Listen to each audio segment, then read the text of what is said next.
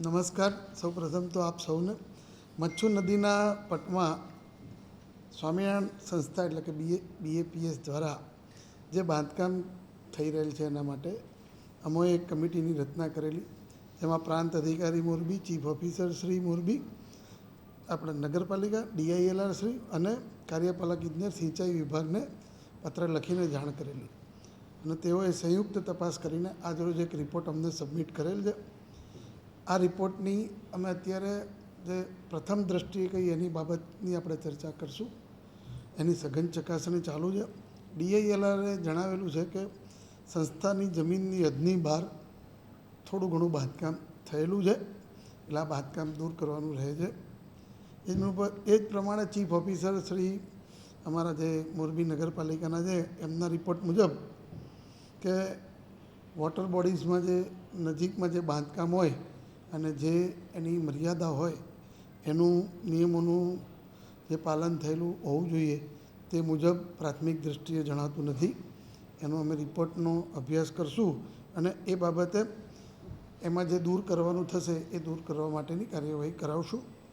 અને નગરપાલિકા દ્વારા બાંધકામ બાબતે જે નોટિસ સંસ્થાને આપવામાં આવેલી છે તેનો સંસ્થા તરફથી જવાબ આવશે અને જે રિપોર્ટ આવશે એ યોગ્ય સમયે જે તે સંબંધિત અધિકારી આપશ્રીને માહિતી આપશે.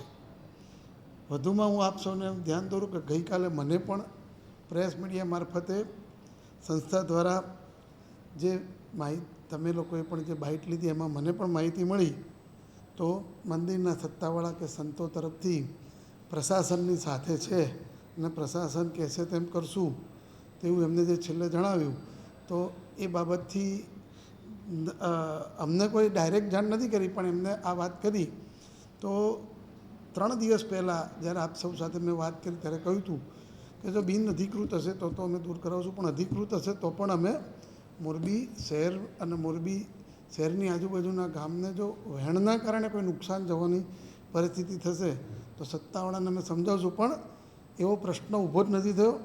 મંદિર સત્તાવાળાઓએ સામેથી જ પ્રશાસન સાથે રહેવા માટેની વાત કરી દીધી છે. પ્રેસ જે તમારો રિપોર્ટ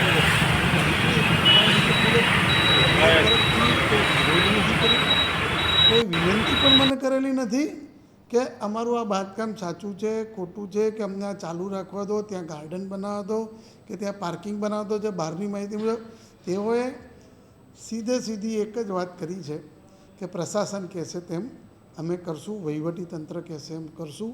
એટલે મારા હિસાબે આ મુદ્દો હવે વિવાદનો જે મુદ્દો જે જણાતો હતો 2 દિવસથી, હવે વિવાદનો પ્રશ્ન રહેતો નથી.